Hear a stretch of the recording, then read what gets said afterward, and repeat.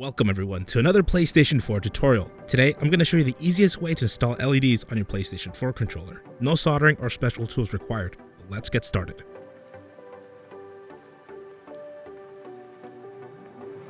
We're going to install this kit by ExTremeRate, and the thing I love about this kit is that everything you need is included in the box. Aside from the LED wiring harness and new buttons, it also comes with all basic tools needed and even extra screws just in case you lose any. There's also an installation manual, but I'm going to cover the installation in much more detail and show you how to deal with common issues that you may run into as we go along.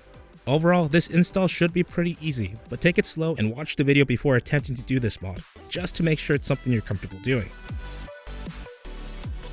Let's start disassembly by removing these 4 screws circled in red.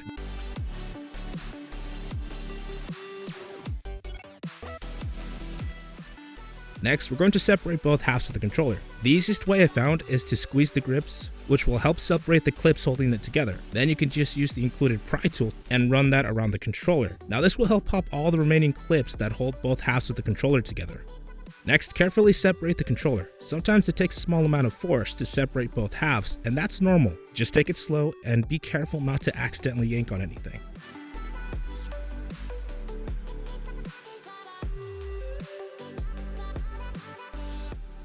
At this point, some of you will have parts that fall out or stay attached to the bottom shell of the controller. Now that's okay, I'll go over how to address these issues during the reassembly step, but for now, set those parts aside and disconnect this white ribbon cable by pulling on this blue tab. Next, we need to free this board from the top shell of the controller, and we're going to start off by removing the battery. You can use the pry tool or tweezers included in this kit to make it easier for you, but it's easier to use your finger or a flathead screwdriver, and gently wiggle it up from underneath the connector lip.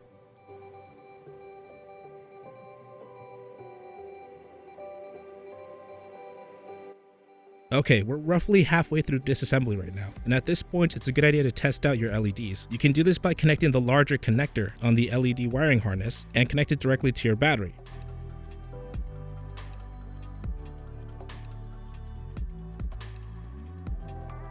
Now go ahead and press the touch sensor, and if the LEDs turn on, then you're all set. The kit is advertised to work on all official Dualshock 4 models, but it's a good idea to double check the wiring harness is compatible with your controller. You can do this by inserting the smaller plug of the LED wiring harness into your controller, where your battery was. Now, you don't have to install it all the way, just enough to know the pins will align when we put everything together later on. If everything looks good, disconnect your LED wiring harness and set it aside for later. Alright, moving on with disassembly, take your pry tool and pry up the battery cradle. This one came off easy, but sometimes it requires a little bit of force prying from all different areas until it comes off. Once it's off, go ahead and remove the screw holding the controller board down.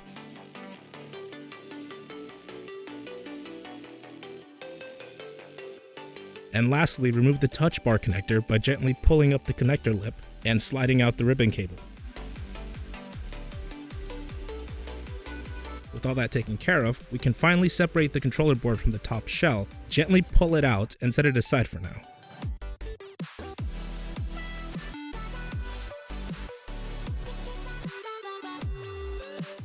Now we need to remove the old buttons first before we can install the new ones. Simply remove these rubber pads and the buttons should just fall out. Also remove the option and share buttons if they haven't fallen out already. And also remove the PlayStation button, the same way you removed all the others. Since the controller is already taken apart, it's a good idea to give it a good clean and help prevent and fix common issues. Now it's safe to just use water or isopropyl alcohol, since we're only cleaning the plastic shell without the electrical components on it, and give the controller a good scrub. It helps if you use a cotton swab to scrub out any dirt or crusty, nasty stuff that tends to build up around where the buttons are. Now the rest you can just use a microfiber towel to completely scrub it down. Just make sure to completely dry off the shell with a towel when you're done. You can also use compressed air to speed up drying time. With the controller shell completely dry, we're going to install our new buttons. The D-pad just drops into place, and the action buttons align with their corresponding tabs. The wider tab with the wider opening on the shell, and the narrow tab with the narrower opening on the shell. On my kit, it doesn't really matter which buttons go where, because they're all the same, but if you purchase the kit with the printed action buttons, just make sure to place them in the respective locations. Don't forget to pop back your PlayStation button. as well as your options and share button. Now, we need to reinstall these rubber pads back to hold the buttons in place, but there's no way I'm putting these back without cleaning them first. What you're looking at here is what contributes to sticky buttons or making them unresponsive. Now, if the trick in my previous Dualshock 4 cleaning video didn't work, this definitely will. Take a cotton swab and dip it in rubbing alcohol and give everything a good scrub. You can also use water, but it won't remove all the crusty dirt and oils and food that's accumulated down there over the years as easily. Once they completely dry out, reinstall the gummy pads back in the respective locations. Reinstall the touchpad by hooking it into place. Just make sure the ribbon cable is left on the inside portion of the shell, like this. One last thing we need to do before we install our LEDs is to remove our thumbsticks. Just pull on them straight up and they should just pop out. We can now finally install the LEDs, and it's a good idea to lay out the LED wiring harness just to double check nothing will cover these black contact points once installed. If all looks good, peel back the adhesive protective film and stick them on carefully. Again, be careful not to cover these contact points. If you cover them up just by a little bit, you should be okay, but just take it slow and do your best. Go ahead and do the same thing for the thumbsticks. Just center your LEDs as perfectly as you can and press it down firmly into place. Now, it's a good idea to do some cable management at this point. For these cables that go across the thumbsticks, one thing I like to do is to carefully tuck them in just behind the headphone jack. Now, these top cables, I like to take a little bit of tape and just tape them as close as I can to these traces. This keeps the cables away from your touchpad and keeps them from getting damaged. With all that done, go ahead and pop your new thumbsticks into place. You can do this by just aligning the rectangular opening with the joystick, and it should just click into place. At this point, we can finally start reassembling the controller, and we're going to start by placing the controller board into the top shell. Just take it slow and keep an eye out for all your new cables so they don't get pinched. Once in, secure it down by installing a screw in this location. Go ahead and reconnect the touchpad ribbon cable by sliding the ribbon cable into the slot and locking it down. Next, just pop back the battery cradle, and if your reset button fell out, go ahead and place it back into place. Now, a lot of you will probably run into this issue where your L2 or R2 buttons are left behind on the bottom shell during disassembly. So here's an easy way to take care of that. Now, with a little bit of force, add pressure around this area with your thumbs, and the button should just pop out.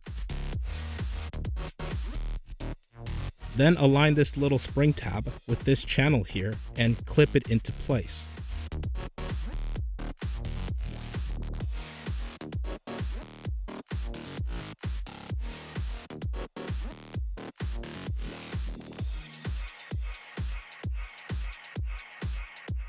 Now we can connect all these wires together.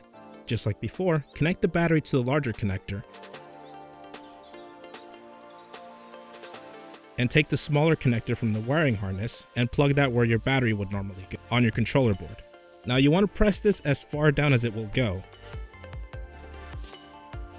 Next, pick a spot where the LED sensor will be placed and peel back the double-sided tape to stick it on. I like to install it around this area. There's enough slack to where if I ever needed to reopen the controller for whatever reason, I could.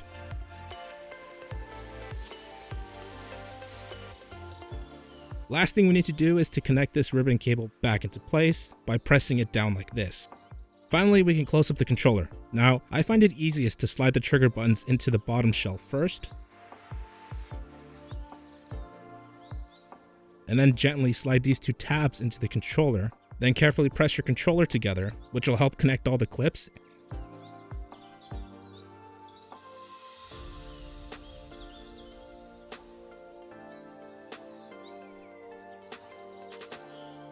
And screw it down.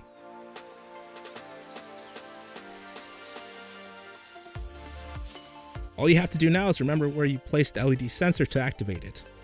You can cycle through the different colors and modes by simply touching the sensor location, One thing I do find annoying about this kit is that about 15% of the time or so, the sensor won't register my input. But honestly, it's not that big of a deal to me. Your battery life will noticeably decrease with this mod, but if you install their other kits that has even more LEDs, then that will cut down your battery life significantly more. It's just something to keep in mind, and that's the reason why I went with this particular kit. Anyway, if you get stuck, let me know and I'll do my best to help you out.